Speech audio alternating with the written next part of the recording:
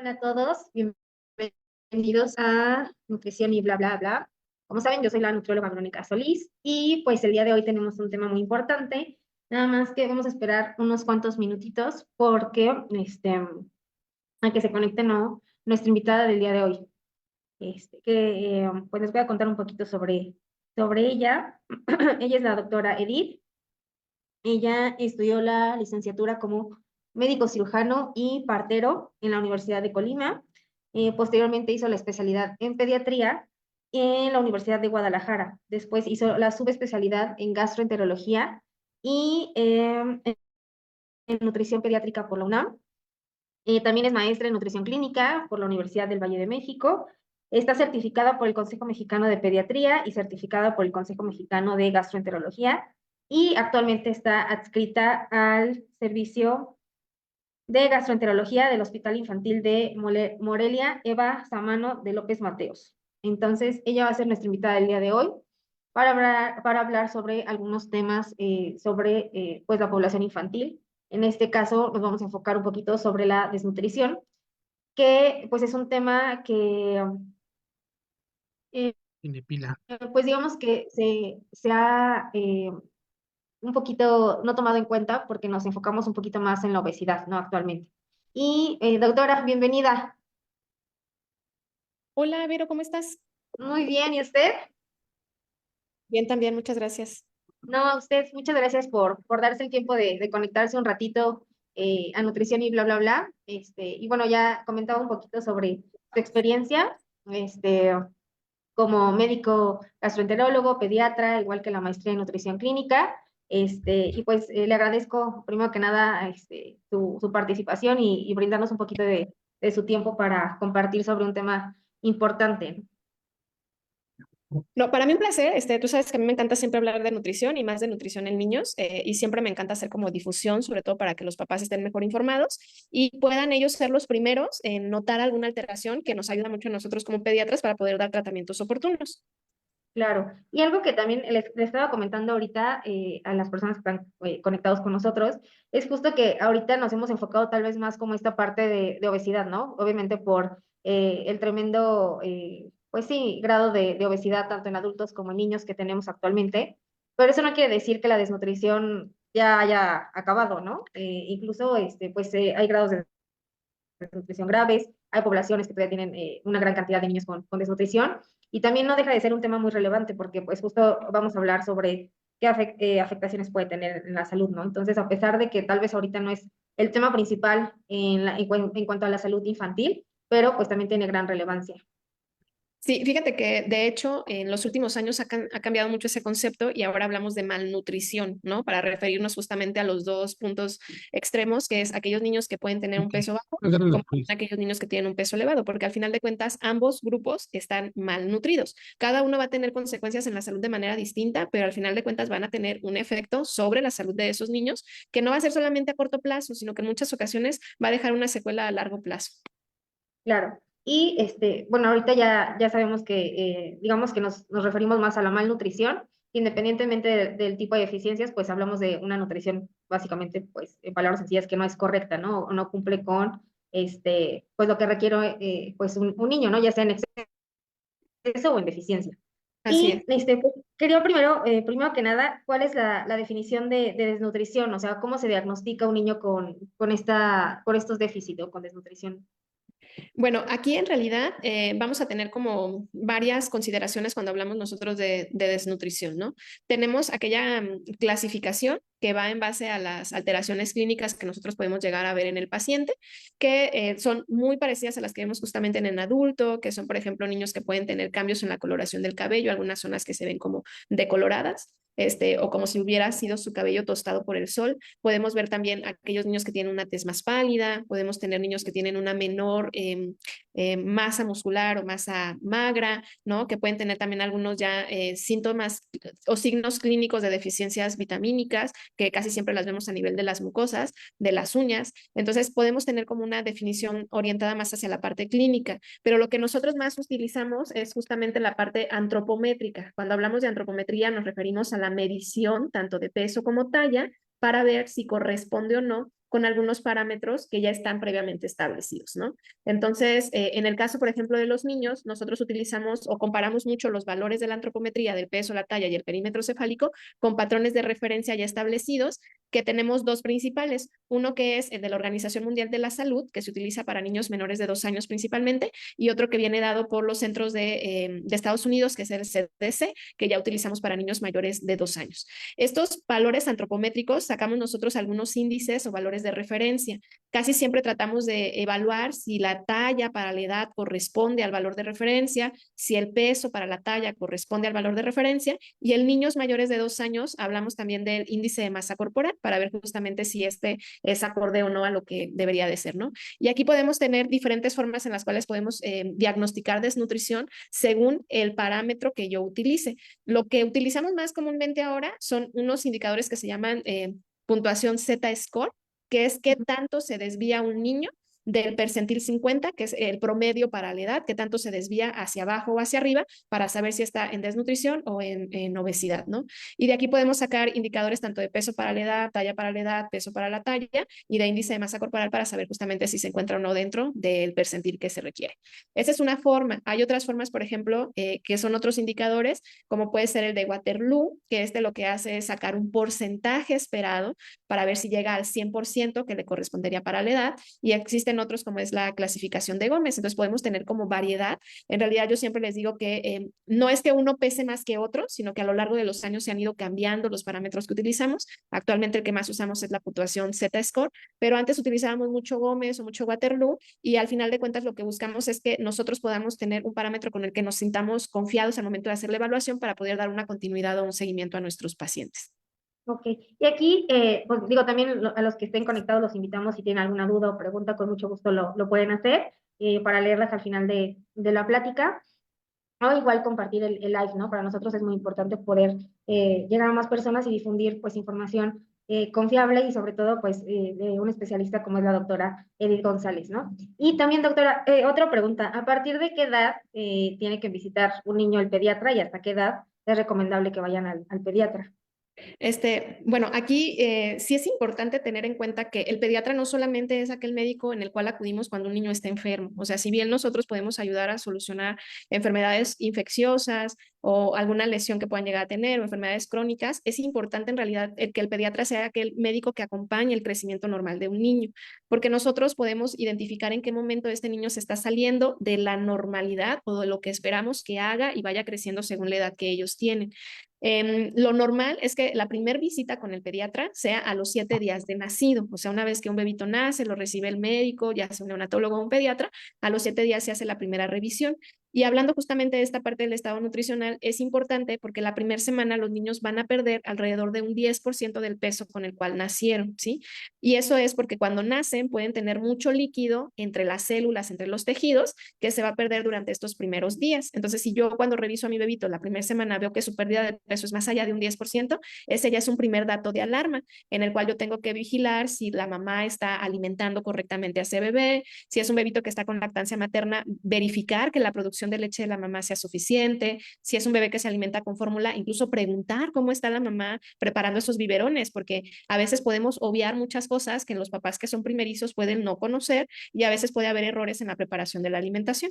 Entonces, la primera visita tendrá que ser en la primera semana de vida y posteriormente son visitas de seguimiento o de control de niño sano, que nosotros les decimos así, y que los primeros 6 meses son como más frecuentes. Y esto es no porque nos encante que nos visiten, sino porque en realidad los primeros 6 meses es cuando más vemos la parte de maduración neurológica. Y entonces para nosotros es importante ver que los niños vayan adquiriendo estas habilidades del neurodesarrollo que permitan que más adelante puedan sentarse, puedan pararse, caminar, alimentarse correctamente, y no solamente evaluamos la parte motora, sino también evaluamos la parte social y del lenguaje, que son importantes para que este bebé se vaya integrando a la familia y posteriormente a la comunidad.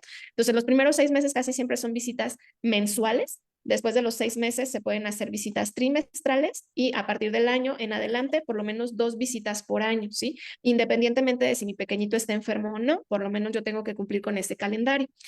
Otra parte importante de lo que hace el pediatra es vigilar que el esquema de vacunación se esté llevando correctamente. A raíz de la pandemia, por ejemplo, vimos que muchos niños, por el aislamiento que teníamos que tener, porque algunas vacunas estuvieron en desabasto, empezaron a tener poco completas sus esquemas de vacunación y a últimas fechas hemos visto cómo se tuvieron que reajustar estos esquemas de vacunación y, por ejemplo, recorrer la segunda dosis de triple viral, que ya no se aplica a los 6 años, sino que ahorita la nueva disposición es que se aplique la segunda dosis a los 18 meses. La primera sigue sin cambios, que es al año de edad, y esto debido a que había muchos esquemas de vacunación incompleto y empezamos a ver algunos reportes de sarampión de importación que hacen pues que nuestros niños estén susceptibles y por eso se tuvo que hacer esta modificación. Entonces, las visitas inician a la semana y terminan pues hasta que nuestros pacientes en realidad son mayores de edad, que cumplen 18 años y ya a partir de ahí pasan ahora al servicio de medicina interna, que es pues como un médico. Así como los pediatras nos encargamos de la salud de los niños, pues el médico internista se va a encargar de la salud de los adultos. Ok.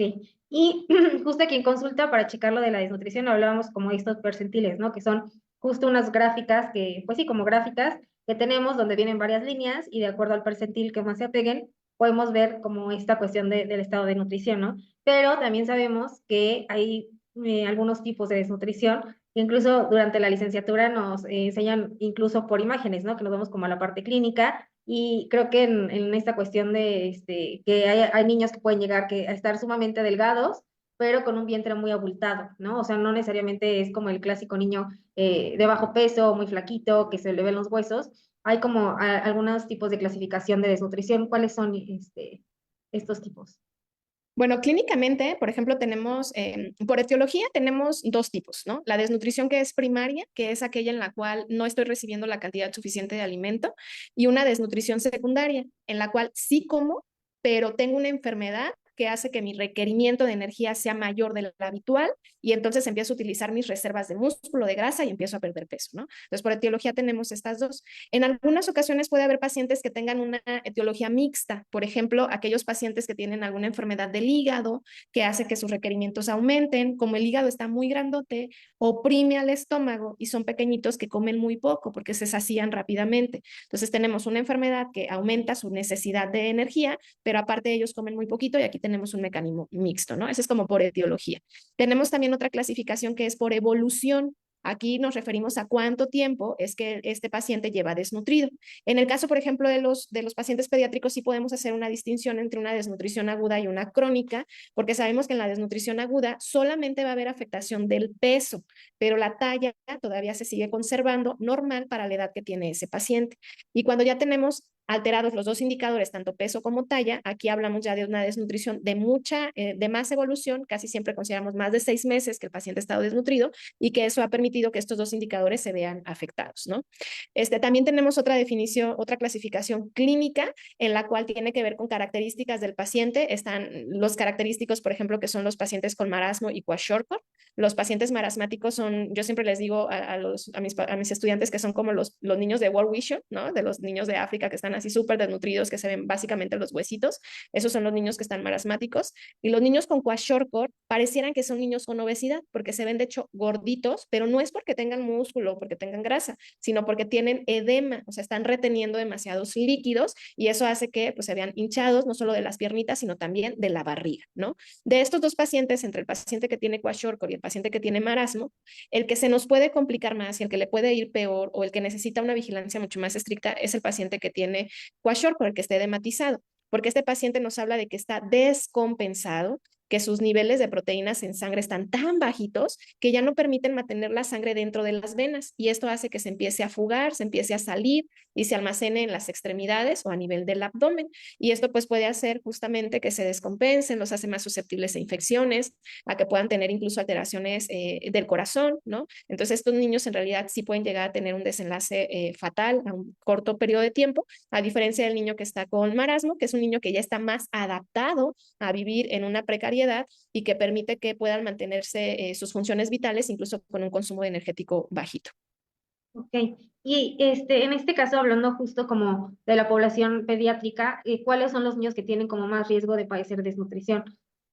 En el caso de nuestra población depende mucho de dónde nos encontremos. Yo, por ejemplo, mucho tiempo estuve trabajando en un hospital de tercer nivel en la Ciudad de México y ahí lo que más veíamos eran niños que tenían enfermedades complejas, ¿no? Por ejemplo, un niño que tenía un problema cardíaco, que la enfermedad del corazón hacía que su corazoncito latiera más y entonces era como un niño que estaba en ejercicio todo el tiempo y con lo que comía no podría él cubrir todas estas necesidades por el exceso de calorías que requería. O, por ejemplo, aquellos niños que tienen algún tipo de diarrea crónica por alguna patología y que están teniendo pérdidas importantes a pesar de que tienen una buena ingesta. Entonces, aquellos niños que tienen una enfermedad que genere un gasto de energía adicional va a ser un grupo de riesgo.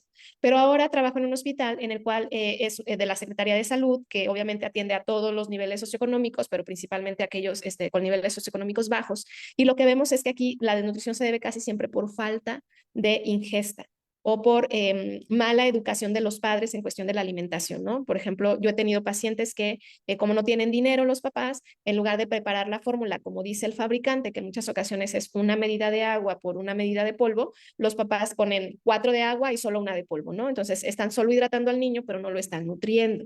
O bien, a veces por creencias que se tienen, empiezan con alimentación complementaria siendo muy pequeñitos y esta alimentación complementaria no alcanza a cubrir las necesidades que tienen los niños. Entonces aquí va a ser sobre todo por una desnutrición primaria, por falta de ingesta. Entonces, ¿cuáles son los niños que pueden tener más riesgo? Pues aquellos que viven en sectores marginados, en los cuales tienen poco acceso a los alimentos, o bien aquellos pacientes que tienen alguna enfermedad que pueda generar un gasto de energía excesivo o que estén teniendo pérdidas gastrointestinales que no permitan un buen proceso de absorción. Ok.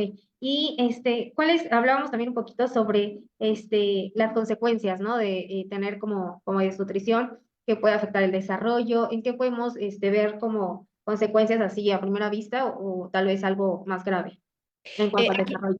Ajá, aquí, por ejemplo, la desnutrición siempre va a tener consecuencias agudas y consecuencias a largo plazo, ¿no? Sobre todo depende mucho también de la edad en la cual se esté presentando.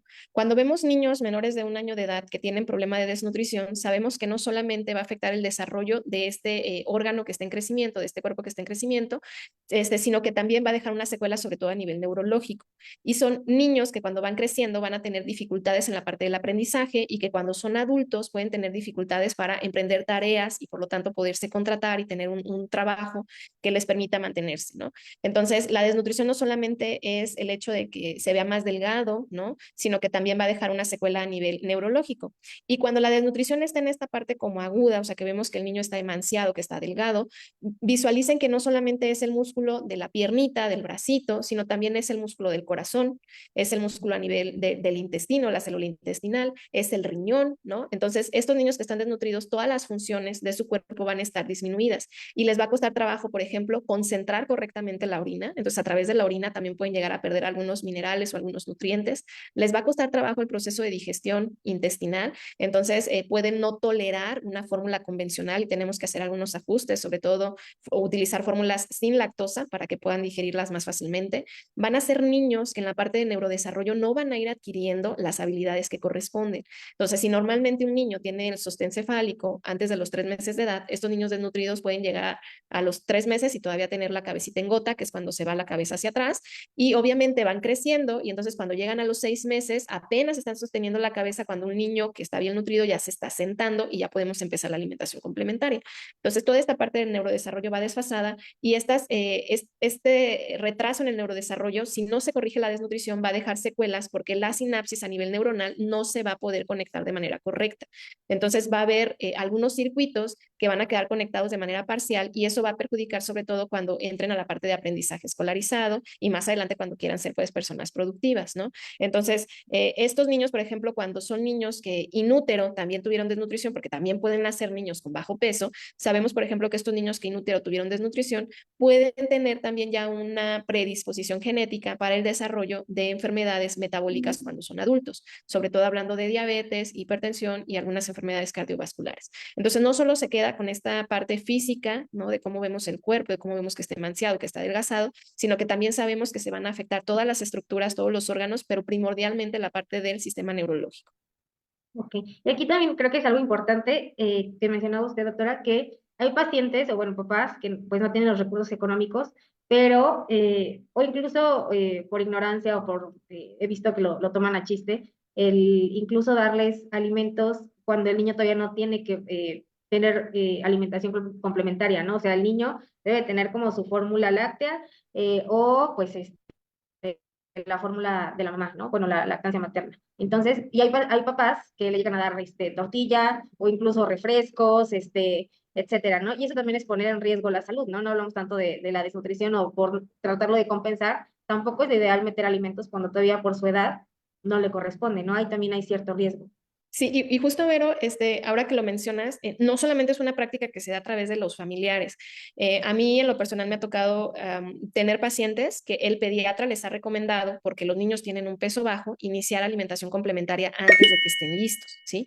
Entonces, a veces el pediatra con la intención de hacer un bien, de que con los alimentos pueda tener un extra de calorías y entonces mejorar la parte del crecimiento, pueden hacer un mayor daño, porque al final de cuentas, los alimentos que damos al inicio en la alimentación complementaria casi siempre son papillas, que es un alimento que va mezclado con un poco de líquido, entonces la densidad energética que este alimento pueda tener es mucho más baja si comparamos ese volumen con el mismo volumen de la leche materna o de la fórmula. Y entonces lo único que hacemos es llenar el estomaguito del niño, quitar el hambre y desplazar la fórmula por un alimento que es mucho más bajo energéticamente, ¿no?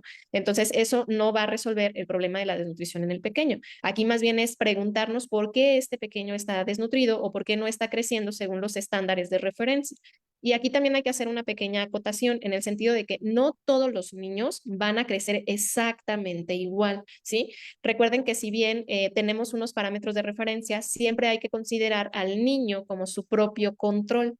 Y entonces, si tengo yo dos pequeñitos, uno que al nacer tuvo un peso de 3,500 y otro que pesó 2,500, pues desde el inicio ya van en líneas o carriles percentilares diferentes. Entonces yo tengo que ubicarlos en la gráfica y verificar que se mantengan sobre esa línea en la cual nacieron, ¿sí? No tengo yo por qué ser tan exigente y que el pequeñito de 2,5 kilos brinque rápidamente hacia los 3,5, porque eso también va a favorecer el desarrollo de algunas enfermedades metabólicas. Entonces yo más bien tengo que verificar que se mantenga dentro del carril percentilar que le corresponde, ¿sale? Y la otra situación siempre importante evaluar es la estatura de los padres, porque no todos tenemos papás altos, algunos podemos tener papás que son más bajitos y eso obviamente va a influir en qué tan grande voy a ser yo, ¿no? Entonces ahí también es importante tener siempre el dato de la estatura de los padres para saber si estos niños van creciendo correctamente y no olvidar preguntar también a los papás cómo es que ellos crecieron cuando eran niños, ¿no? Porque en algunas ocasiones podemos tener familias que cuando son niños son muy menuditos, delgados, sí crecían, pero no con el parámetro del resto de los niños y que llegan a la pubertad y es cuando dan como este estirón o este boom en la ganancia de peso y de talla. Entonces eso también es importante siempre preguntarlo a los papás de manera intencionada para saber si en realidad es un niño que está teniendo un problema o es un niño que se está comportando como el resto de su familia, ¿sale? Y también importante siempre observar cómo es la complexión de los papás, porque en muchas ocasiones podemos tener papás que son de una complexión ósea delgada y entonces los niños también van a tener una complexión delgada y por lo tanto no tenemos que ser tan exigentes en la parte de la ganancia de peso con ellos, ¿no? Entonces todos estos puntos, antes de considerar si un niño está desnutrido o no, entonces tenemos que hacer como estas preguntas dentro del interrogatorio rutinario. Ok, estábamos platicando un poquito sobre esta duda de si puede existir la posibilidad de un niño que esté, en cuanto a su peso, clasificado en sobrepeso y obesidad, y aparte también puede llegar a tener desnutrición. ¿Puede suceder? Fíjate que en adultos existe un concepto que se llama obesidad sarcopénica, en la Ujú, cual son personas que tienen un peso alto, un índice de masa corporal por arriba de 30, pero que cuando se evalúa la funcionalidad muscular, esta está disminuida. En ujú. niños, en realidad, todavía este concepto no está completamente bien validado ni aplicado, pero clínicamente sí los hemos llegado a ver, sobre todo en pacientes que tienen alguna enfermedad, ¿no? Por ejemplo, aquellos niños que pueden estar en tratamiento reumatológico o en tratamiento oncológico, que reciben algunos esteroides que pueden llegar a tener una ganancia de peso, principalmente de tejido adiposo, pero que disminuye la funcionalidad, la contractilidad a nivel muscular. Entonces, clínicamente sí los podemos llegar a encontrar, sobre todo niños que están hospitalizados. Sin embargo, todavía no tenemos una clasificación o un sistema de puntaje para poder establecerlo, ¿no?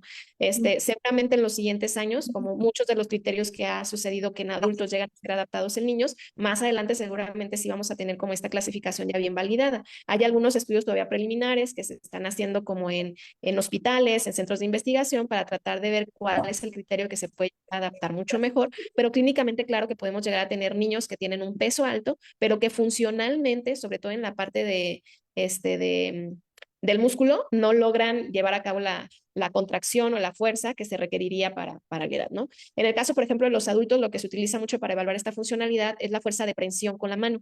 Se utiliza una herramienta que se llama dinamómetro, presionan, ven cuántos kilopascales logran hacer con la presión de la mano. Sin embargo, en niños no hay todavía como ni siquiera estos parámetros de referencia. O sea, en adultos ya sabemos cuál es el punto de corte, a partir de cuánto es normal, cuándo está disminuido, y en niños todavía estamos como con esta limitante. Por eso te digo, seguramente sí los vamos a tener en algunos años venideros, pero en este momento todavía no podemos hablar así abiertamente de la posibilidad. Ok. Y en caso, por ejemplo, que ya se diagnostique la parte de desnutrición, ¿hay alguna, o cuál es el procedimiento, el proceder para tratarlo, para corregir pues sí, esta enfermedad, podemos decirlo así? Digo, hay que especificar si justo en una etapa aguda, crónica, pero ¿qué tenemos que tener en cuenta para poder llevar al niño a un peso adecuado? Ok, lo primero, cuando ya damos tratamiento a la parte de desnutrición, es identificar la causa. O sea, no solamente la temporalidad, sino qué es lo que me está generando la desnutrición en mi paciente. Si fuese, por ejemplo, una baja ingesta, afortunadamente estas son las que son más fáciles de corregir, porque solamente aumentamos el aporte calórico en los pacientes, lo hacemos de forma paulatina, sobre todo en aquellos niños con desnutrición grave, para evitar una complicación que se llama síndrome de realimentación, pero afortunadamente les va bastante bien a los pacientes y vemos muy rápido la ganancia de peso con ellos, ¿no? Entonces, este sería como el panorama más bondadoso en cuestión de tratamiento. Pero tenemos otros niños, sobre todo los que vemos ya en el área hospitalaria, que son los niños que tienen una desnutrición secundaria a alguna otra patología. Entonces, aquí es muy importante que la patología primaria que está generando la desnutrición pueda ser controlada.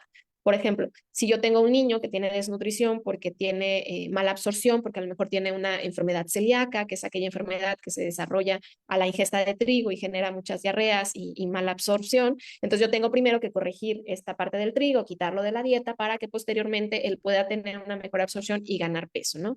O también aquellos niños que quizás están en un proceso oncológico, que la desnutrición está siendo dada por el tratamiento, porque tienen hiporexia por los medicamentos o efectos secundarios por el uso de los mismos, o que incluso el mismo tumor al producir algunas sustancias químicas favorezca la pérdida de peso, pues este niño va a costar más trabajo, porque aunque yo le dé un aporte de energía suficiente o elevado, al tener estas condicionantes, mientras no se corrijan o no mejoren, pues su estado nutricional todavía se va a ver afectado. Entonces, el tratamiento va a depender siempre de cuál es la causa, qué es lo que está generando la desnutrición.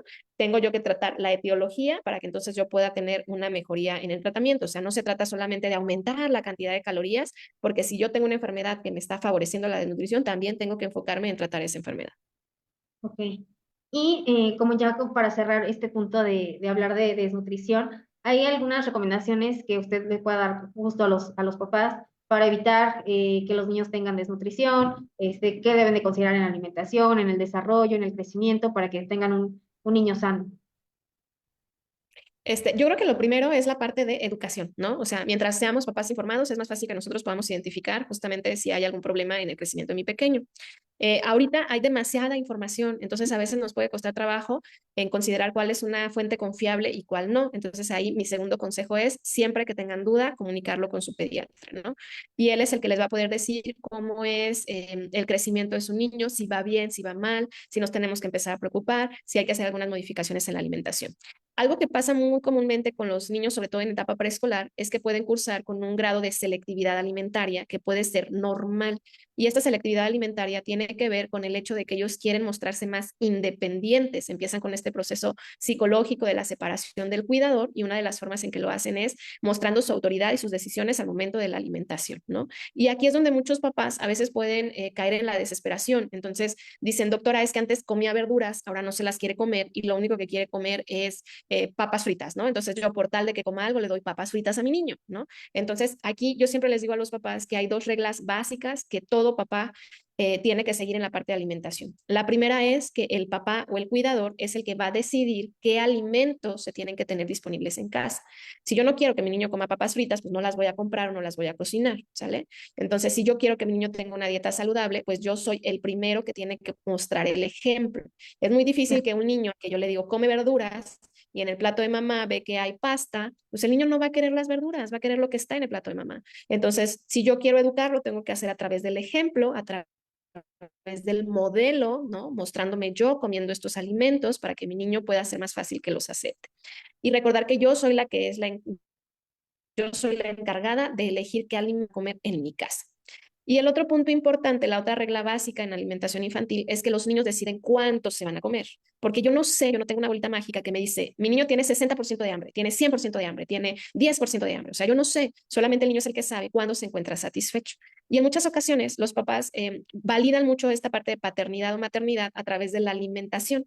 Entonces piensan que si mi bebé hizo un mal desayuno, entonces yo soy una mala mamá y entonces lo tengo que alimentar aunque mi niño no quiera para entonces yo sentirme bien, aunque mi niño no tenga hambre, ¿no? Entonces, ¿qué hacemos? Los forzamos a comer y entonces los niños aprenden a través de la emoción. Si para mí el sentarme en la mesa es frustrante, me molesto, me inquieto, porque mamá me va a estar metiendo la comida a la fuerza, prefiero no comer, prefiero cerrar los labios, prefiero bajarme de la mesa, ¿no?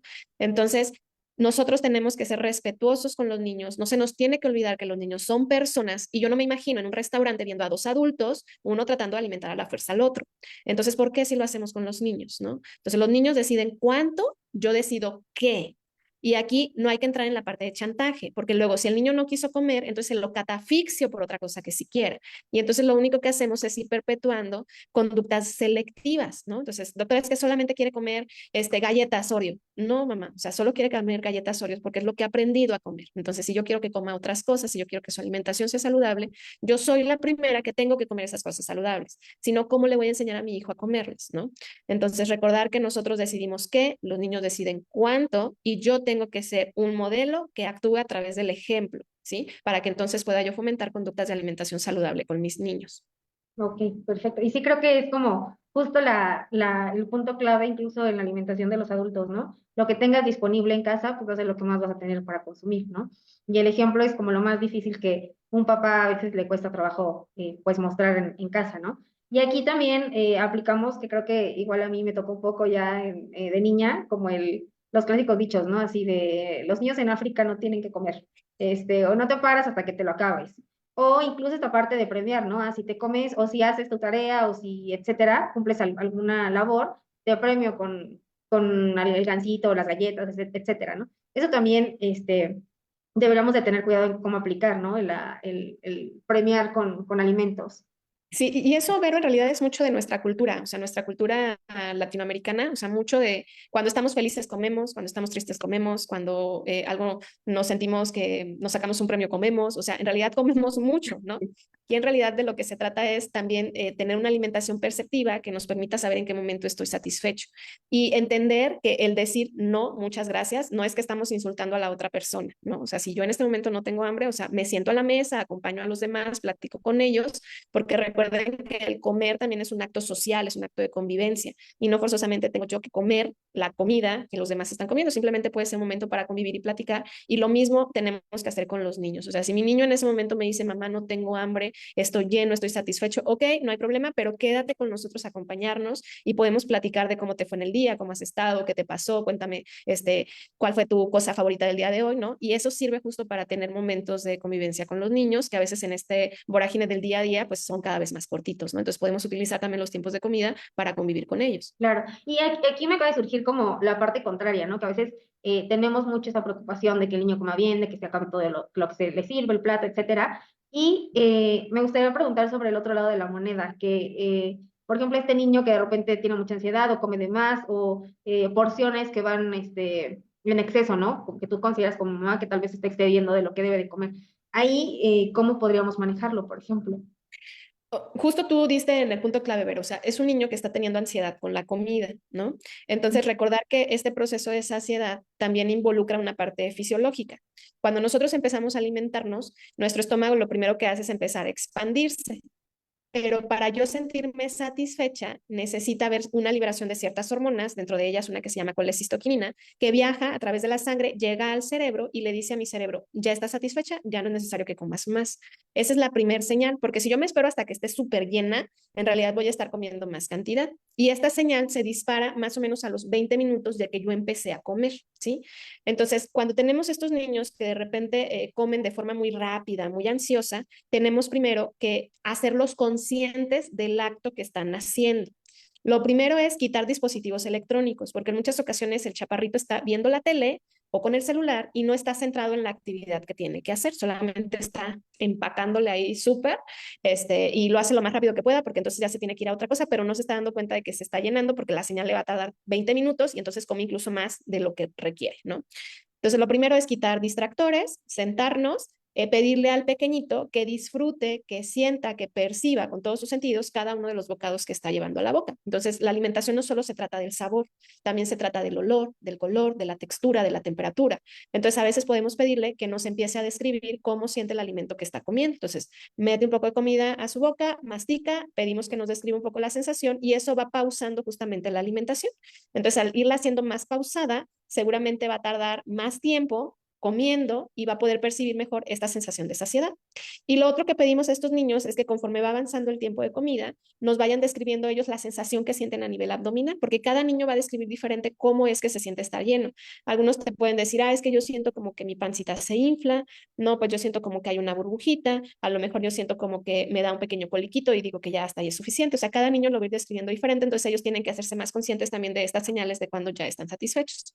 Otra estrategia que podemos hacer es empezar con los alimentos que son menos densos calóricamente. O sea, podemos empezar en orden de vegetales, después podemos pasar a la parte de proteínas y dejar por último los cereales y las frutas, con la finalidad de que estos alimentos que no son tan densos vayan ocupando espacio a nivel del estómago y entonces cuando ya llegan los que son más altamente energéticos, ya ellos se sientan realmente satisfechos y solamente coman una porción más pequeña, ¿no? Entonces, son estas como algunas estrategias y siempre que vemos algún niño ansioso, en realidad también hay que indagar un poco acerca de cómo es la dinámica en la familia o en la escuela, porque en muchas ocasiones estos niños pueden estar reflejando algún problema con los compañeros, con el maestro, con la dinámica de la familia, ¿no? Y que se está pues, viendo a través justamente de la alimentación. Claro, y creo que aquí también es como un poco de solidaridad con las mamás del colegio, ¿no? Porque sí había escuchado que ahorita está como muy, pues sí, tratan de darle mucha importancia a la alimentación, que manden los lunch saludables, que eviten mandar refrescos, los pastelitos, etcétera. Y tú como mamá te aplicas y ya incluso ya hay tendencias de cómo hacer un cocodrilo con un sándwich o acá cosas muy elaboradas y Elaborado. sofísticas. Ajá. Y hay mamás que siguen enviando pues el refresco o cosas que pues no son tan nutritivas, ¿no? Y entonces al niño se le antoja y dice, pues eventualmente yo me esfuerzo haciéndole algo saludable, llega a la escuela y lo intercambia o pues simplemente tira lo que le mandé y pues prefiere lo que le mandan a otro niño, ¿no? Entonces ahí creo que también es como un poquito de hacer conciencia y tratar de pues todos llevar como la misma práctica para evitar estas este, rebeldías, ahí sí. Sí, en eso tienes razón, pero a veces cuando son escuelas o grupos en los cuales puedes tener una mejor comunicación dentro de los padres, hay algunos a veces que se organizan por semana y entonces a una familia le toca llevar el lunch para los compañeros de la escuela, ¿no? Ahí se pueden implementar diferentes estrategias, pero yo también siempre hay que ser como empáticos con esta mamá que manda el yogur de fruta con azúcar o que manda a lo mejor el juguito, porque quizás en ese momento es lo único que le permite su tiempo, ¿no? Y el hecho de que a lo mejor mi niño intercambie a la hora del lunch con el compañero que lleva alimentos que son altos en azúcar, no pasa nada si yo en casa puedo mantener un ambiente más controlado, ¿no? Entonces tampoco es sentirse, es que en la escuela, pues sí, puede pasar, o sea, va a pasar, los niños son niños, se les van a antojar cosas que tienen un sabor más intenso, más dulce o más picoso, ¿no? Pero eso no significa que yo en casa no pueda modificarlos. En casa yo sí tengo el control, entonces ahí yo sí puedo ser el modelo para mi niño para que justamente pueda tener una alimentación un poco más balanceada, ¿no? Y tampoco se trata como de satanizar estos alimentos, porque siempre que prohibimos algo, más ganas nos dan por comerlo, ¿no? Entonces, ok, pues sí, intercambió, no pasa nada, pero yo ya le tengo acá una comida mucho más balanceada, yo en casa no tengo juguitos, no tengo alimentos altos en azúcar, o sea, no pasa nada, porque al final estoy pues en este punto de equilibrio, ¿no?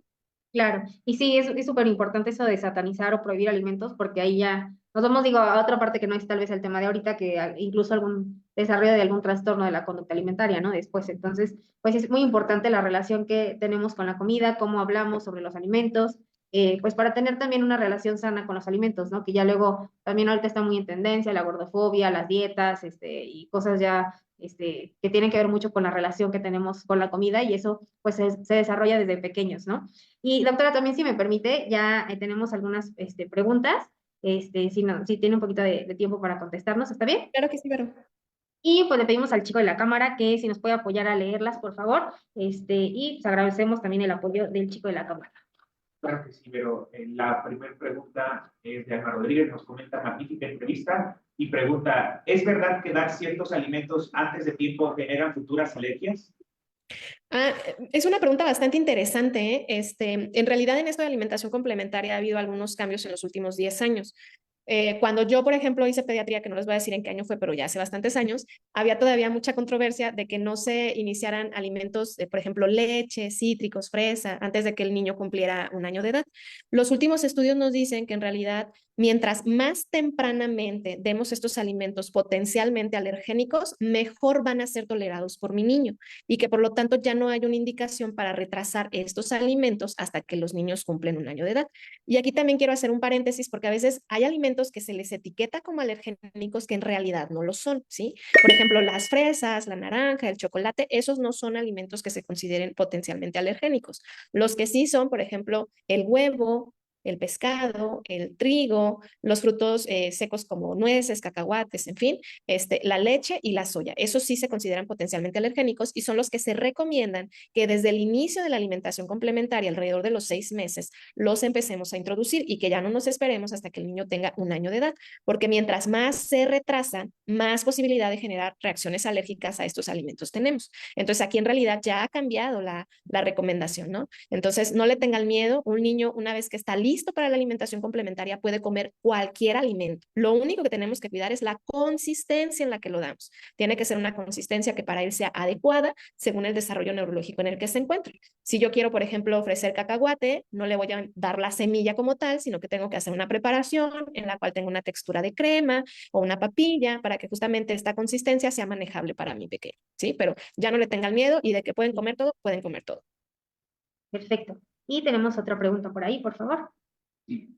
Héctor Cash nos comenta, ¿a qué edad un niño es recomendable que empiece una dieta? Es decir, que aprenda a comer para nutrirse para su crecimiento. Aquí de repente en realidad tenemos como un concepto un poco erróneo de lo que significa dieta, porque dieta en realidad es lo que comemos todos los días, ¿no? Y entonces desde que empezamos con la alimentación complementaria, es más, desde que un niño nace está con dieta, porque tiene o fórmula infantil o tiene leche materna, ¿no? Entonces tiene una dieta. Ahora, ¿desde qué momento implementar hábitos saludables para la alimentación de mi bebé? Desde que empezamos con la parte de alimentación complementaria, ¿sí? Y algunos incluso nos dicen que desde antes. ¿Por qué les digo que desde antes? Porque desde antes tenemos que tener una alimentación perceptiva de saber en qué momento mi niño está lleno y cuándo ya está satisfecho. En las mamis que están con lactancia materna, ahí no tenemos tanto tema, porque en realidad cuando está a libre demanda, pues el bebito va a buscar cuando tenga hambre, cuando tenga sed, va a buscar a veces apego a través del pecho y eso no significa que siempre que se pegan al pecho están succionando leche, a veces simplemente están jugando con el pezón y este jugueteo ayuda a madurar los músculos de la cavidad oral, entonces hay que permitirles también este apego hacia la mamá. Cuando alimentamos con fórmula, aquí sí tenemos que ser un poco más observadores, ¿no? Hay una técnica para alimentar con biberón que se llama técnica de Casing, la pueden buscar ustedes en YouTube y ahí viene un video en el cual nos explica que el bebé cuando alimentamos en biberón tiene que estar sentado prácticamente, no podemos alimentarlo en forma de cunita. ¿Por qué sentado? Para que el biberón quede en posición perpendicular, ¿sí? Y entonces el bebé tenga que succionar para jalar la leche, porque si lo hacemos acostado, el biberón queda paradito y entonces por gravedad la leche le va a caer a la boca y él no va a ser más que otra cosa que un acto reflejo y estar tragando, tragando, tragando y no vamos a saber en qué momento se llenó. Entonces si lo hacemos en posición sentadito, succiona, da unos 10, 15 chupeteos, retiro yo el biberón, vuelvo a preguntar si tiene hambre y como pregunto, dando toquecitos al lado de los labios para que abra la boca, vuelvo a meter el biberón y espero otra vez 10, 15 chupeteos. Y si cuando vuelvo a estimular ya no abre la boca, ya se sació, papás, ¿sí? Entonces ya no necesito yo estar ahí con el bibi, dale y duro hasta que se acaben las 3 o 4 onzas que yo preparé. Entonces desde ahí tenemos que tener también una alimentación perceptiva. Cuando empieza ya la parte de alimentación complementaria, lo más importante es la variedad, ¿sí? Volviendo a las recomendaciones que han cambiado, antes se recomendaba que todo un mes diéramos puras verduras, ¿no? Y al siguiente mes puras frutas. Entonces tardábamos mucho tiempo en que el niño tuviera un plato variado. Y un alimento por sí solo no me va a cubrir todo lo que mi niño necesita. Entonces yo necesito ir agregando alimentos cada 2 o 3 días. Algunos autores dicen incluso que cada día un alimento diferente para que mi plato sea variado y entonces pueda tener todos los nutrientes que mi niño necesita. Entonces la variedad y la alimentación perceptiva es algo que tenemos que implementar desde que son bebés. O sea, no esperen que el niño que ya tiene 3, 4 años coma saludable si antes no le enseñamos, ¿sí? Si antes nosotros no fuimos un modelo para él. Si a mí no me ve comer verduras, entonces ¿cómo se les va a antojar a él? Y otra cosa súper importante es que los niños sí tienen un paladar que les permite disfrutar de los sabores. No se queden luego con preparaciones así muy sencillas, de que todo asado, todo al vapor, todo hervido, porque les apuesto que nadie vive feliz con una comida así, ¿no? Entonces, los niños también les gustan las cosas que saben ácidas, que tienen sabor umami, que están amargas, saladas, en fin. Entonces, hay que darle variedad a ese paladar del bebé, sin importar la edad que este pequeñito tenga. Ok, perfecto. Y me parece que tenemos una pregunta más. Lupita Santana nos comenta, ¿qué hay de los ayunos intermitentes que están de moda? ¿Provocan desnutrición? Bueno, los ayunos intermitentes se han enfocado más para algunas patologías específicas, como puede ser pacientes que tienen resistencia a la insulina, pacientes que tienen de repente obesidad, pero todavía están enfocados para población adulta. De hecho, en niños no es una recomendación, porque recuerden que el niño todavía está en una etapa de crecimiento, entonces ellos todavía necesitan cubrir sus necesidades energéticas a lo largo del día para poder mantener pues, una alimentación y un desarrollo saludable, ¿no? Los ayunos intermitentes en adultos, hasta donde yo he revisado, en realidad puede ser una estrategia para la pérdida de peso. Si son bien llevados y se acompañan de una dieta balanceada, no tendrían por qué generar una desnutrición o una deficiencia de vitaminas o minerales, pero siempre tienen que ser supervisados bajo el ojo de un médico o por lo menos de un nutriólogo que sepa acerca del manejo del ayuno intermitente, porque no es lo mismo que yo decida, ay, pues hoy voy a hacer ayuno y no ceno y no desayuno y como hasta mañana, ¿no? Porque en realidad no estoy segura de que la cantidad de calorías que estoy ingiriendo esté siendo suficiente para las necesidades de mi cuerpo y ahí es donde podemos llegar a tener una deficiencia nutricional. Entonces, tienen una indicación precisa, no son para población pediátrica y siempre tienen que estar supervisadas por un nutriólogo. Perfecto. Me parece que son todas las preguntas. Ok, pues son todas las preguntas que tenemos. En Zoom no tenemos alguna otra. Y pues le agradezco mucho, doctora, su tiempo y sobre todo la información. Creo que ha sido temas muy importantes y también agradecer que pues que es fácil para entender a las personas que tienen dudas, ¿no? Que muchas veces utilizamos como términos acá un poco rebuscados y el hecho también es que la población pueda tener información en general de estas patologías y más que en niños, ¿no? Como, tenemos mucha información, muchas creencias, familiares, etcétera, que incluso en vez de ayudar pueden poner en riesgo la salud de los bebés, ¿no? Y bueno, le agradezco mucho su tiempo. No sé si quiera compartirnos algo más. Te agradezco, Vero, la verdad, la invitación y como consejo final, recuerden siempre tener su pediatra de confianza, ¿no? O sea, siempre tener un médico que les pueda ir acompañando en el crecimiento de sus niños. Les digo, no esperen solamente a que su pequeñito esté enfermo, en realidad el pediatra es el mejor guardián de la salud de sus hijos y es importante enfocarnos más como a esta medicina de prevención, ¿no? El pediatra les puede ayudar a identificar aquellos datos que no van bien en la parte de crecimiento. Si ustedes tienen dudas, es con el que pueden sopesar las dudas que tengan, es el que va a tener información confiable para que ustedes puedan tomar la mejor decisión en pro de la salud de sus hijos. Perfecto. Pues muchas gracias. Y seguimos en contacto. No sé si quiere usted compartir algún número de contacto, redes sociales o incluso si alguien le gustaría como contactarla, ¿hay algún medio, alguna forma? Yo me encuentro actualmente en la ciudad de Morelia, trabajo en el Hospital Ángeles Morelia, ahí es donde tengo mi consultorio. Mis redes sociales sí tengo, pero realmente las utilizo muy poco, a veces publico algo de información médica, tanto en Instagram como en Facebook, estoy como Edith Gastropet, ahí me pueden buscar y por ahí pueden mandarme mensajitos si tienen alguna duda. Si yo en lo personal no puedo resolver, con todo gusto los puedo referir con alguien que esté cerca de su domicilio para que puedan también resolver las dudas que ustedes tengan. Perfecto. Pues le vuelvo a agradecer, doctora. Muchas gracias por estar el día de hoy con nosotros. Y de igual forma los invito a que nos sigan en Nutrición y bla, bla, bla, que sigan a la doctora Edith, que le den compartir para también difundir esta información que es valiosa. Yo soy la nutrióloga Verónica Solís, ella es la doctora Edith González. Y pues estamos a sus órdenes. Muchas gracias, doctora, y seguimos en contacto. Muchas gracias. Claro Y que gracias a sí. todos por conectarse. Hasta luego.